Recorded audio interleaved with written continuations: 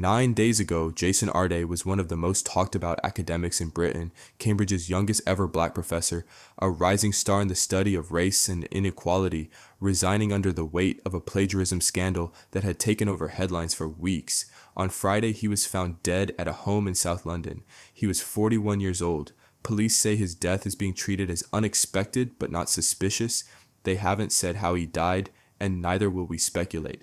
What we can tell you is how quickly this story turned and what his own family says was happening to him in the weeks before his death. Jason Arday's story before any of this was the kind people call remarkable without exaggerating.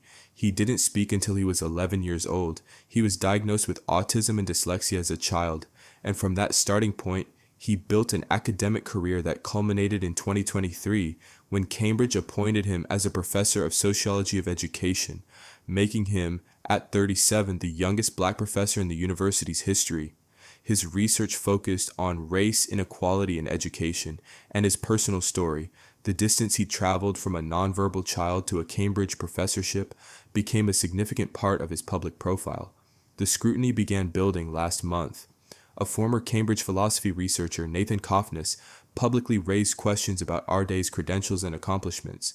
Then, in late July, the Times of London published an analysis of Arday's 2015 PhD thesis, identifying passages it described as identical or near identical to an earlier paper by a different researcher. Around the same time, doubts surfaced about other claims tied to his public story, including his account of raising millions for charity through endurance athletic feats, among them a claim of having run 30 marathons in 35 days.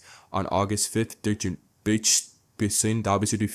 Cambridge announced it was launching an investigation into his qualifications and honorary appointments.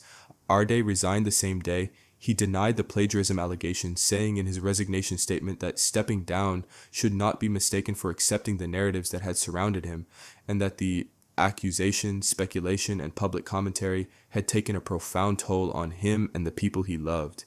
9 days after that resignation, on Friday, London's Metropolitan Police responded to a report of a man found unresponsive at a property in Battersea. He was pronounced dead at the scene. Police haven't officially named him, but confirmed a 41-year-old man died and that his next of kin have been notified.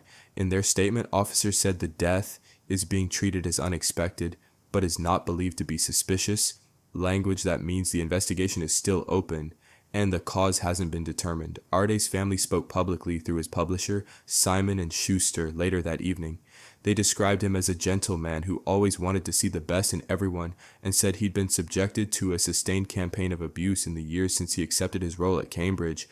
They said the misinformation surrounding him had taken a toll and that they were in shock to have lost, in their words, an amazing father, partner, brother, uncle, and son. Cambridge's Vice-Chancellor Deborah Prentice called the news desperately saddening and extended the university's sympathies to his family. Even the UK's Education Secretary issued a statement urging the public to give his loved ones privacy and to remember there are real people behind stories like this one. What makes the story land the way it has isn't just the scandal, and it isn't just the death. It's the collision of the two, happening in real time in front of an audience.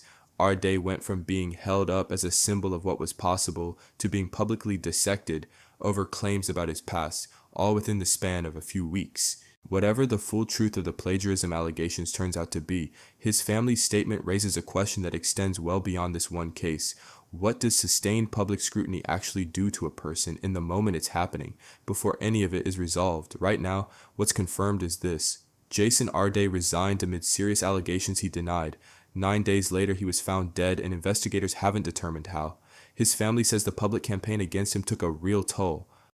That's where the facts stand today, and we'll update this story if the investigation reveals more. Our thoughts are with his family during what is, by every account, an incredibly difficult time.